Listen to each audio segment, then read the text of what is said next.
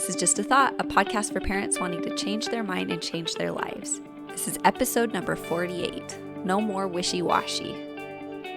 Good morning. It's morning for me. All right. Okay, I know we're just getting started, but I want you to take a minute and pause the video or audio if you can, and if you want to. And I want you to make a list of everything you want. Even the crazy things that you want. Whatever you want. Okay? Go. Okay. For those of you who aren't pausing the video, don't worry, I'm waiting. See if you can at least get 3 things in your mind that you want. Okay? Are you ready? Do you have your list? How does it look? Did you forget anything? If you did, add it to your list now. Okay? All right. So now you have your want list. We're just going to set it aside on the back burner for a minute. We'll come back to it later. Right now, we're going to talk about the key to achieving our goals. I did this exercise recently at a Be Bold event with the life coaches Amber and Chantel. So with the CTFAR model in mind, we talk a lot about thoughts. But of course, every part of the model has a place and matters, of course. So the key to achieving our goals lies in the F part of the model, the feeling line. Our feelings motivate our actions, which give us the fuel we need to achieve our results. So to achieve our goals, we need to have the right feeling or fuel. The feeling that we need is commitment. So let's talk about what commitment isn't. It's not wanting a goal. It's not dreaming about a goal. It's not desiring to achieve a goal. And it's even not just feeling inspired or motivated. These are all positive feelings that create results and might even get us interested in pursuing a goal. But those feelings won't guarantee action. Commitment will. If you're feeling stuck in a rut in your life, most likely the feeling fueling you is wanting instead of commitment. If you make a scale in your mind, wanting is 0 on the scale, where commitment is a 10. Wanting is very passive with a lot of thinking, not a lot of action. Commitment fuels action. Commitment is doing something when it's not easy and when it feels hard. Commitment is a powerful feeling. It's intense. It can be scary. It's strong. When I did this activity at the event, I had a big list of wants. I'm really good at wanting things. But as soon as they told me to decide how committed I was to my wants, I got really scared. Suddenly, I didn't know if I really wanted any of those things on my list because it's easier and so indulgent to just stay in wanting and not move on to commitment. But that fear I felt in me was me beginning to test the water of commitment. That's why it started to feel uncomfortable. Commitment involves looking honestly at where we are and where we actually want to be and figuring out what needs to happen to get there. Once I start leaving the fluffy, happy, dreamy feelings of wanting, I begin to push up against the walls of commitment, and this gives the traction needed to drive my life into a different experience. So look back at your list and take a minute to rate how committed you are to making those wants your reality. 0 being you just want it and you're content just wanting it, and 10 being you are on your way. For example, if you're committed to taking a road trip, you're going to get in your car, drive to your destination, and you're going to drive until you get there. Or you're going to get the hotel and pay for the hotel, right? You start taking action. So if you're taking that road trip and things come up on your way, maybe you get a flat tire, you'll stop, get it fixed, and then you'll keep going. You'll plan for gas and rest stops and hotel stays because you're committed to reaching your destination. So take a minute and observe your commitment level on all your wants. Now, choose the thing you want most. What are you most committed to right now? The thing you're ready to commit to, the thing you want to make your goal. Okay, once you've decided that you're committed to achieving that, it's time to 1, take inventory, 2, get honest, 3, make and honor your decision and commitment over and over again, as many times as it takes.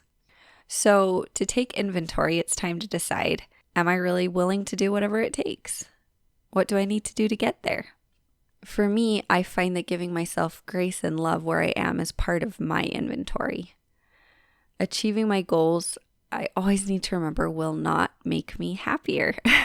They will not make me feel more worthwhile or more loved. My thoughts do that. And I can feel worthwhile and loved and successful without doing anything. And interestingly, when I'm feeling worthwhile and loved and successful already, it makes everything I do a lot more fun, and it makes it easier to bring more of those feelings into my life.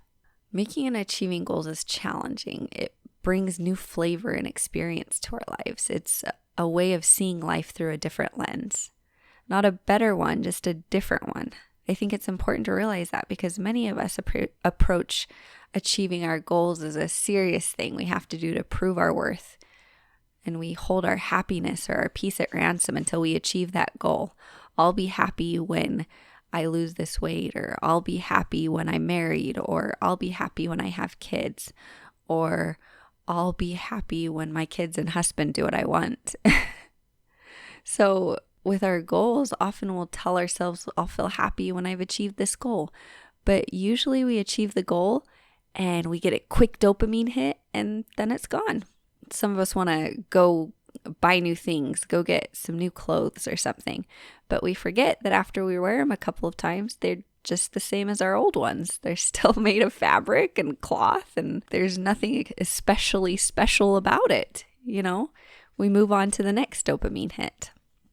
For some goals, after we achieve them, we might even feel less happy than we did before.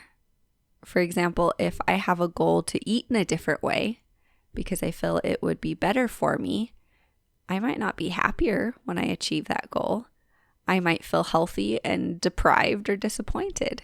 And I'm still stuck in my same head, my same brain, and still just as unhappy or happy as I was before I started, with a new problem to solve and more doors to walk through. So in my mind, it helps me to acknowledge that I won't be any happier once I achieve the goal.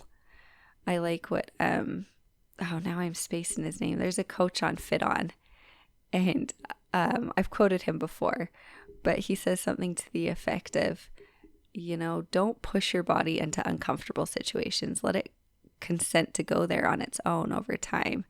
And he says a straight leg won't make you more happy. A straight leg is just a straight leg if you're trying to, do the splits or straighten your leg in the air. Anyway, and that's the same with everything else. So how do we know if we even want to achieve a goal then, if it's not going to make us happier? I think it's helpful to ask, if I won't be any happier once I achieve this goal than I am now, do I still want it? And is there something in me that is just so curious, so excited, so passionate that I want to work for this goal, whether I get there or not? I think that those questions take the weight off of all of it. It does for me anyway, at least a little of the weight, right? There's still a lot of work ahead when we want to do something.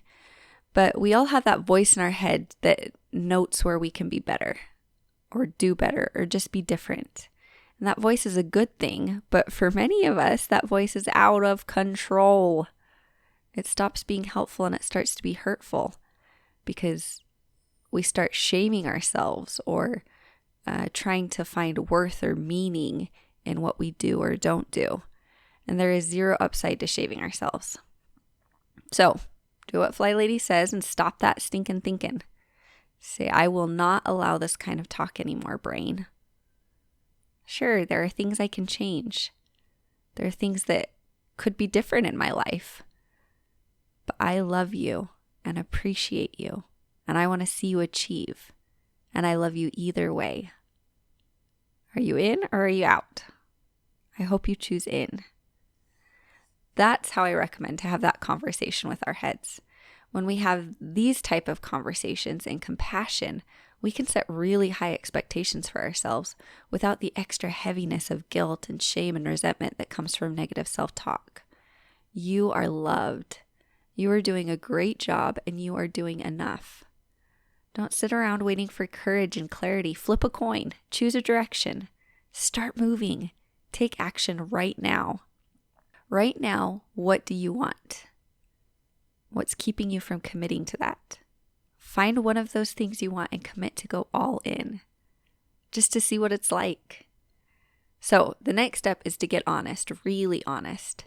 What do I anticipate will keep me from achieving my goals? What can I do to combat those obstacles ahead of time? How can I set my environment up to support me in achieving my goals? So if my goal was to lose weight, I want to become aware of what my weight is, what I want it to be, and then really get honest about why I haven't got there yet. Is it because I really like to eat and don't like to exercise? Is it because I feel embarrassed saying no to certain foods and drinks when I'm around friends and family? Is it because I don't have enough information? I don't really know what's healthy or not, or right for my body? Is it because I get tired and don't have the willpower to stick to my plan?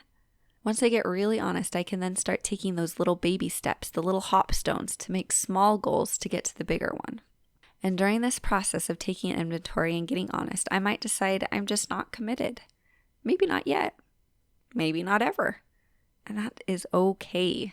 That is more than okay. It feels so good to just make a decision, to commit, not to commit. But make a decision, because indecision is indulgent. It's so much easier to question and doubt and jump back and forth than it is to just commit to what I do or don't want. But it feels terrible over the long run. So don't indulge in the confusion of indecision. Of course, sometimes I'll freak out sometimes during change. And maybe I'll even change my mind about what I'm committed to eventually. But right now, I'm going to want what I want and own it and head for it. So I recommend we start having discussions with ourselves about what we're willing to go all in on, if anything. Some of us are fine and content with how life is, and nothing's wrong with that.